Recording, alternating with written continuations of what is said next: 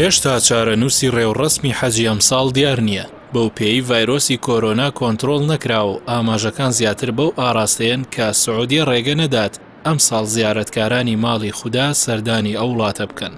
ئەگەر بڵاوبوونەوەی ڤایرۆسی کۆرۆنا نەبووایە کۆتایی مانگی حوزەیران گەشتی زیارەتکاران لە هەرێمی کوردستانەوە دەستی پێدەکرد. بەڵام بەهۆی بوونی ڤایرۆسی کۆرۆناوە تا ئێستا هیچ بڕیارێک بۆ ئەنجامدانی گەشتەکە نییە. بەڕێوەبەری گشتی حەج و عومرە لە وەزارەتی ئەوقاف دەڵێت تا ئێستا سعودیە هیچ ڕێنمایی و ئاگادارکردنەوەیەکی نەبووە پێشبینیش دەکات بەهۆی تەشەنەسەندنی کۆرۆناوە پرۆسەی گەشتکردنی حاجیان ئەنجام نەدرێت.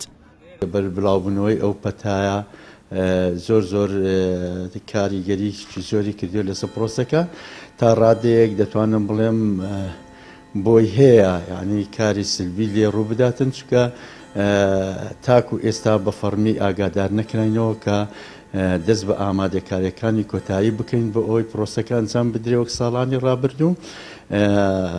وڵاتی عەرەبستانی سعودیش تاکو ئێستا بێدەنگە لە دەرکردنی هەر ڕێنمایەک یان فەرمانێک کە ئایا حەج ئەنجام دەدرێت یان ناوەک پرۆسەکە وەک ساڵانی ڕابردوو.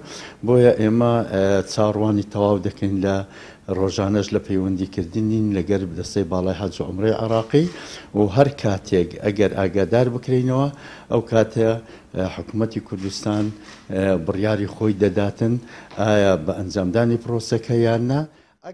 شێخ قاسم بەرزنجی ئاماژە بەوە دەکات لە ئەگەری ئەنجامدانی حەج تێچووی گەشتەکە سەداسەد زیاد دەکات ئەوەش بەهۆی ڕێنمایەکانی خۆپارێزی لە پەتای ڤایرۆسی کۆرۆنا.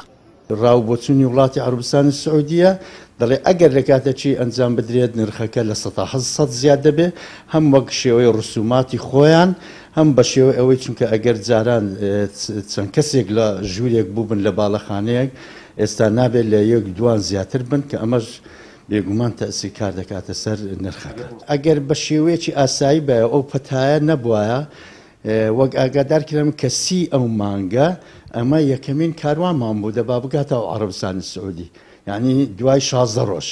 ئێستا کاتەکە لەوەی دەرچووە کاتەکە درەنگە چونکە ئێستا ئەمڕۆ 22 شەوالە مانجی تر دابێت ذیلقەعدەیە ویدی ذیلحەجەیە ینی بە کات بڵێ درەنگە کاتەکە بەس ئەگە هەر کاتێکیش بێ ئەو وەختی بڕیار لەسەر دەدرێت کە ئایا بە چ شێوازێک دەبێت چونکە شێوازەکە جارێ معلوم نییە ئەگەر بشکرێ بە چ شێوازێک ئایا بە جوێی تەمەن دەبی بە جوێرەی ڕێژە دەبێ چۆن دەبێ ئایا بە ڕێگەی وشکانی دەبی تاکو ئێستا فڕۆکەخانەکان هەرداخراون.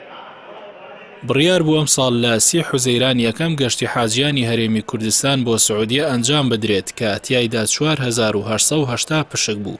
بەڵام بەهۆی بوونی ڤایرۆسی کۆرۆنا و بڵاوبوونەوەی لە جیهاندا پێشبینی دەکرێت ئەم ساڵ پرۆسەکە ئەنجام نەدرێت.